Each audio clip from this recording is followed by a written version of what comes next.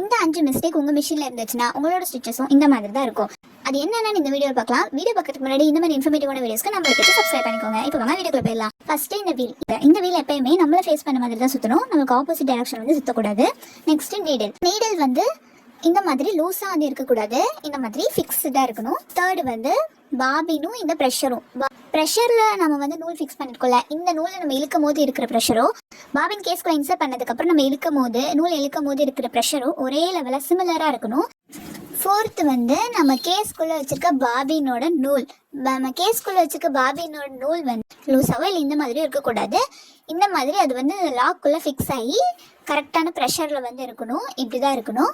Fifth வந்து நம்ம பாபினில் சுற்றி இருக்க நூல் வந்து இந்த மாதிரி வந்து பிசுறாக வந்து இருக்கக்கூடாது.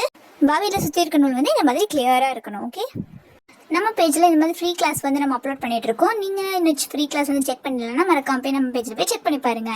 உங்களோட டைலரிங்கும் ஸ்டார்ட் பண்ணுங்க. இந்த வீடியோ உங்களுக்கு யூஸ்ஃபுல்லாக இருந்துச்சுன்னா லைக் பண்ணிக்கோங்க. இந்த மாதிரி யூஸ்ஃபுல்லான கண்டென்ட்க்கு நம்மளோட பேஜை சப்ஸ்கிரைப் பண்ணி வச்சுக்கோங்க. தேங்க்ஸ் ஃபார் வாட்சிங்.